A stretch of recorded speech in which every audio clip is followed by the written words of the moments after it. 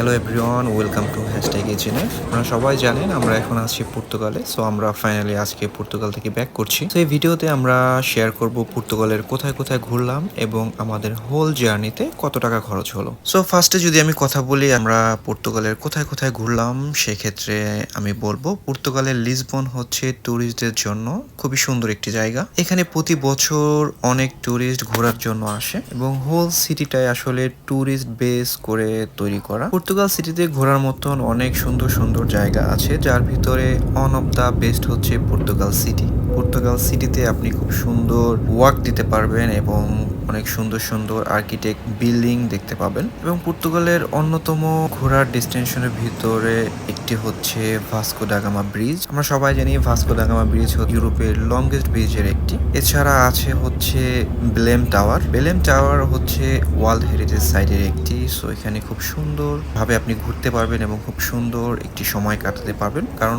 Belém টাওয়ারটার পাশেই হচ্ছে সমুদ্র এবং খুব সুন্দর টুরিস্টদের জন্য বসার জায়গা করা আছে। পর্তুগালের আরেকটি অন্যতম জায়গা হচ্ছে ক্যাপো পিকুইনো। তো ক্যাপো পিকুইনো হচ্ছে একটি মার্কেট এবং খুব সুন্দর একটি মার্কেট। এই মার্কেটের ভিতরে অনেক ব্র্যান্ডেড শোরুম এখানে আছে এবং অনেক রেস্টুরেন্ট এখানে আছে। প্লাস আরেকটি অন্যতম টুরিস্ট অ্যাট্রাকশন হলো ট্রাম। আপনি ট্রাম পে করে অনেক সুন্দর সুন্দর পর্তুগালের টুরিস্ট স্পটে ঘুরতে পারেন। আরেকটি অন্যতম জায়গা হচ্ছে Vasco da Gama tower. Vasco da Gama tower পর্তুগালের one of the longest tower এবং এর আশেপাশে খুব সুন্দর জায়গা এবং বসে সময় কাটানোর জন্য খুব সুন্দর জায়গা আছে। এবং আমরা সবাই জানি, আমরা যারা বাংলাদেশ থেকে ঘুরতে যাই, এদের অন্যতম একটি টুরিস্ট এরিয়া হচ্ছে বাংলা টাউন। এখানে বাঙালিরা পর্তুগালে কোথায় বসবাস করছে এবং কিভাবে আছে তার একটি সুন্দর ধারণা আপনারা পেতে পারেন বাংলা টাউন ভিজিট করার মাধ্যমে। তো এখন কথা বলবো আমাদের ট্যুরে কত টাকা খরচ হলো। সো আমাদের লন্ডন থেকে লিসবনে যাওয়ার জন্য আমাদেরকে ভিসা নিতে হয়েছে। সো ভিসা কস্ট এবং ভিসা অ্যাপয়েন্টমেন্ট ফি বাবদ আমাদের অলমোস্ট খরচ হয়েছে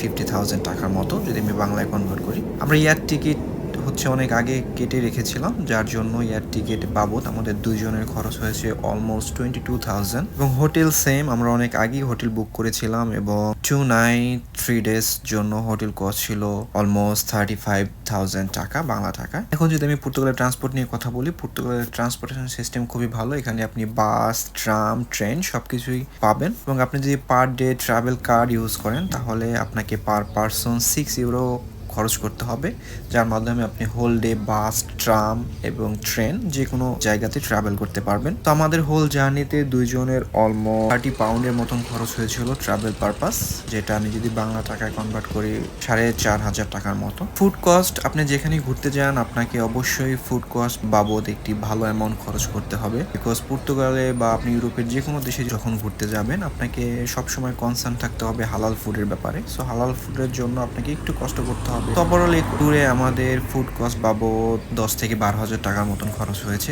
ইউরোপের যে কোনো দেশেই যদি যান আপনাকে per day per person at least 2,000 টাকা খরচ করতে হবে। তো এই তো একটা ওভারঅল ধারণা আপনাদেরকে দিলাম আমাদের হোল জার্নি তো কস্ট হয়েছে। এবং আসলে আমরা সবসময় ট্রাই করি একটা জার্নির সময় বা একটা ট্যুরের সময় যতটা কস্ট ইফেক্টিভ ওয়েতে থাকা যায়। সো আপনি যদি বাংলাদেশ থেকে পর্তুগালের লিসবনে ঘুরতে চান অবশ্যই হয়তোবা এর থেকে একটু বেশি কস্ট খরচ করতে হবে আপনাকে। এবং আপনি যদি লন্ডন থেকে লিসবনে ঘুরতে যান তাহলে আমি বলবো অ্যারাউন্ড 2 পারসন অলমোস্ট বাংলাদেশি টাকায় 1.5 লাখ টাকার মতন আপনাকে খরচ করতে হবে, আপনি যদি কস্ট এফেক্টিভ ওয়েতে সবকিছু করেন। আর যদি আপনি একা ঘুরতে যেতে চান তাহলে আপনাকে অলমোস্ট 1 লাখ টাকার মতন খরচ করতে হবে। সো এই তো আমরা এখন পৌঁছে গেছি লন্ডন হিথ্রো এয়ারপোর্টে। আপনারা দেখতেই পাচ্ছেন আমরা এখন আছি হচ্ছে লন্ডন হিথ্রো কুইন্স টার্মিনাল 2-তে। তো এখন আমরা ইমিগ্রেশন শেষ করে ইউকেতে প্রবেশ করব। আমাদের যাদের এশিয়ান পাসপোর্ট অবশ্যই আমাদেরকে ইউকে ইমিগ্রেশন ক্রস করতে হবে। তো আমরা সবাই জানি ইউকে ইমিগ্রেশনে আসলে সবসময় আপনাকে লম্বা লাইনে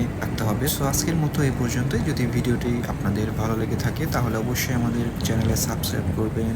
তো আল্লাহ হাফেজ, দেখা হবে নেক্সট ভিডিওতে।